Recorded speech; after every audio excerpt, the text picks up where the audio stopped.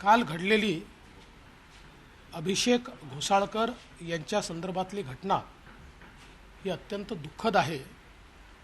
एका तरुण नेत्याचं अशा पद्धतीनं त्या ठिकाणी निधन व्हावं हे अतिशय गंभीर आहे। एकूणच या प्रकरणाला काही लोक राजकीय रंग देण्याचा प्रयत्न करत आहेत, ते देखील योग्य नाही। ही घटना जरी गंभीर असली तरी देखील अगदी 2024 मध्ये ज्यांनी गोळ्या घातल्या ते मॉरिस असतील किंवा अभिषेक घोसाळकर असतील यांचे एकत्रित पोस्टर्स हे आपल्याला पाहायला मिळालेले आहेत। वर्षानुवर्ष ते एकत्रित काम करताना आपल्याला पाहायला मिळालेले आहेत। आता कुठल्या विषयातनं त्यांचा इतका बेबनाव झाला की या मॉरिसने थेट घोसाळकरांना त्या ठिकाणी अक्षरशः गोळ्या मारल्या आणि स्वतःला गोळ्या मारून घेतल्या। अमृत नोनी आर्थो प्लस ये एक प्रूवन फॉर्मूला है। इसमें मौजूद नोनी फल के गुण और आयुर्वेदिक जड़ी बूटियां शरीर को जरूरी पोषक तत्व देने के साथ साथ हड्डियों और जोड़ों के घिसने, उनमें होने वाले सूजन और दर्द को रोकने में मदद करता है। दर्द मुक्त जीवन के लिए अमृत नोनी आर्थो प्लस हा निश्चितपणे त्या ठिकाणी एक महत्त्वाचा विषय आहे, ज्याची चौकशी ही चाललेली आहे। बऱ्याच गोष्टी पोलिसांच्या लक्षात आलेल्या आहेत, त्या योग्य वेळी आपल्यासमोर उघड करण्यात येतील। त्याची जी काही कारणं लक्षात येत आहेत ती कारणं वेगवेगळी आहेत।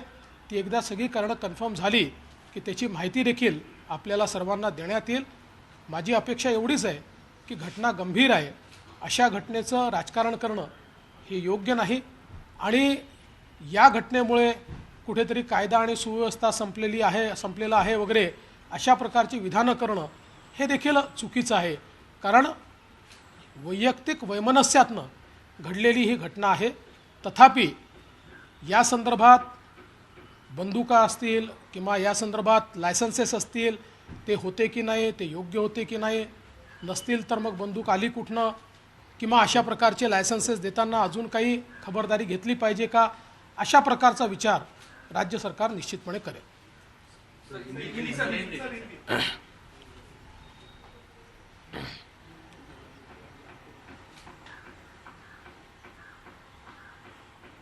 कल यूबीटी के नेता अभिषेक घोसाळकर इनकी जो हत्या हुई और हत्या के बाद जिन्होंने हत्या की वो मॉरिस, इन्होंने भी अपने आप को गोली मार ली।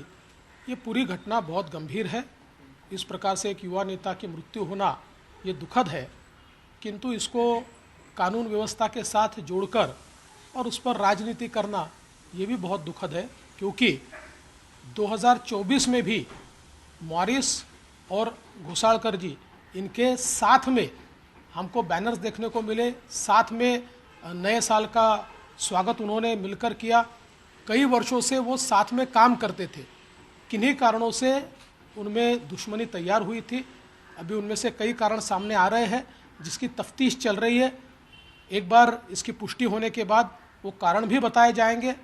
तो कुल मिलाकर अगर हम देखें तो ये जो घटना है, ये घटना एक प्रकार से जो आपसी बैर है उसके कारण हुई है। ये लोग साथ में ही काम करने वाले लोग थे, लेकिन इस घटना को देखते हुए राज्य सरकार ने जो गन लाइसेंसेस इशू हुए हैं उसके बारे में, या फिर अगर बिगर लाइसेंस की कोई गन अगर मिलती है तो वो कहाँ से आई है, ये सारी चीज़ों की तफ्तीश करने के आदेश दे दिए हैं। मला इंग्लिश येत नाही।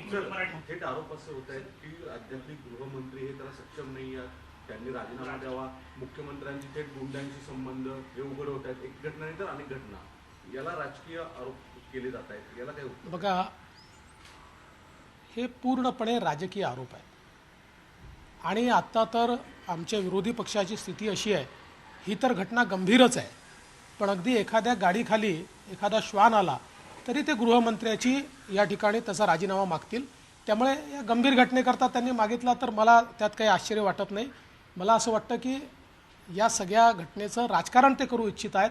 त्यांना देखील हे माहिती आहे की ही जी काही या ठिकाणी हत्या झाली आहे ही वैयक्तिक वैमनस्यातनं झालेली हत्या आहे, पण मला असं वाटतं की ठीक आहे, विरोधी पक्षाचं काम विरोधी पक्ष करतोय।